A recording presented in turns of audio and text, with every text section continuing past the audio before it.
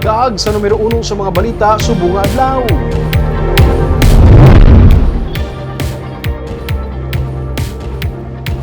Kutob sa mga furniture kag display mismo sa dalan sa Lopez Haina Street sa Bacolod City, kumpis karon sa City Legal Office. Ini bilang pagpanghanda na sa syudad sa ginapaabot nga pagdag sa pagid sa mga salakyan sa dalanon sa pagbukas sang klase sa mga public school sa Martes nga adlaw. May report sa Nico Delfin.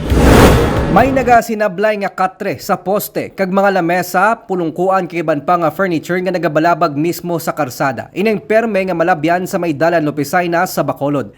Ini man ang isa sa mga rason sang paghinay sang lakat sang trapiko sa sininga area kada adlaw.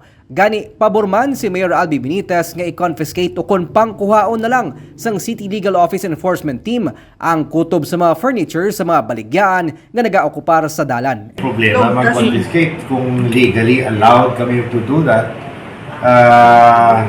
Nasong tiga-ulo gid kag hindi mamatit no choice kita kundi mag-confiscate agad ang ilang mga. Suno kay Ray Dimisana, pamuno sa enforcement team, sulit-sulit na lang ang ila pagsaway sa mga tag-iya sang furniture shops nga hindi maglapaw sa designate nga lugar para sa ilang mga gina-display nga produkto. Pero hasta subong, ila lang ginabantayan nga wala na sa nagabantay nga enforcer kag liwat nga ibutang sa karsada ang ilang mga produkto.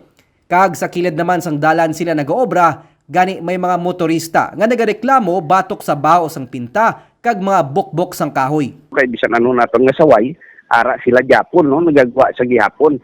So siguro ini na lang gid nga semana kung hindi pa gid ni matadlong, I will ask permission from the city legal officer, ma-resort kami sa confiscation.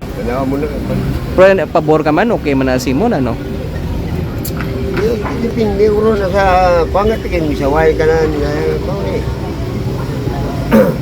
Taglinipo sa pelokang pigado amo ginamo pagkada. Antes pa man magbukas ang klase sa pampublikong eskwelahan sa madason nga semana, magapatuman sang clearing operation ng enforcement team sa Dalan Lopez Haina.